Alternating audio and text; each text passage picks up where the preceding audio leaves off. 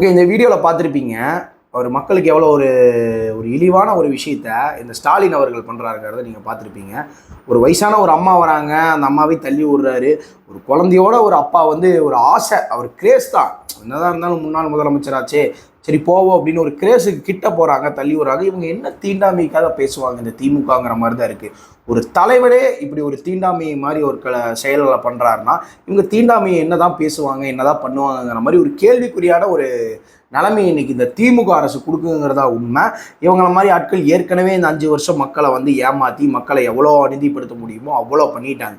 நீ மறுக்காவும் இந்த 26 தேர்தலில் இவங்க வந்தாங்கன்னா மக்களோட நிலைமை ரொம்ப மோசமான ஒரு நிலைமையாக போயிடும். ஒன்றும் இல்லை, இன்னைக்கு எல்லா பக்கமும் திமுக காரங்க இந்த டிவிகே நிர்வாகி, இந்த அதாவது டிவிகே ரெப்ரசன்டேட்டிவாக போய் யார் யார் ஓட்டு கேட்குறாங்களோ அத்தனை பேர்த்தி அடிக்கிறாங்க. எப்படி இவ்வளோ தைரியம்? ஓட்டு கேட்கறது ஜனநாயக உரிமை, யார் வேணா எங்க வேணா ஓட்டு கேட்கலாம். ஆனால் இன்னைக்கு நீங்கள் ஓட்டே கேட்கக்கூடாதான்னு சொல்லி அடிக்கிறாங்க. அது எதனாலன்னு யோசிச்சு பாருங்க. இவங்களுக்கு அந்த பதவி, பணம், அது எல்லாமே அவங்க கையில் இருக்குங்கிற அந்த ஒரு தைரியம்.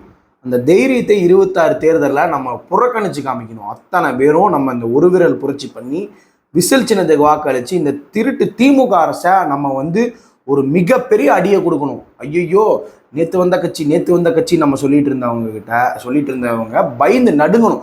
ஐயோ, நேற்று முளைச்ச காலம் இன்னைக்கு நம்ம வந்து ஒரு மிகப்பெரிய ஒரு மலையாக உருவாயிருச்சே, நம்மக்கிட்ட நம்மளை ஒரே மட்டமாக அழிச்சிருச்சே அப்படிங்கிற ஒரு மிகப்பெரிய ஒரு பயத்தை கொடுக்கணும் இந்த தேர்தலுங்கிறத உங்களோட தாழ்மையாக கேட்டுக்கிறேன். தயவு செஞ்சு எல்லாரும் விசில் சின்னத்துக்கு வாக்களிங்க.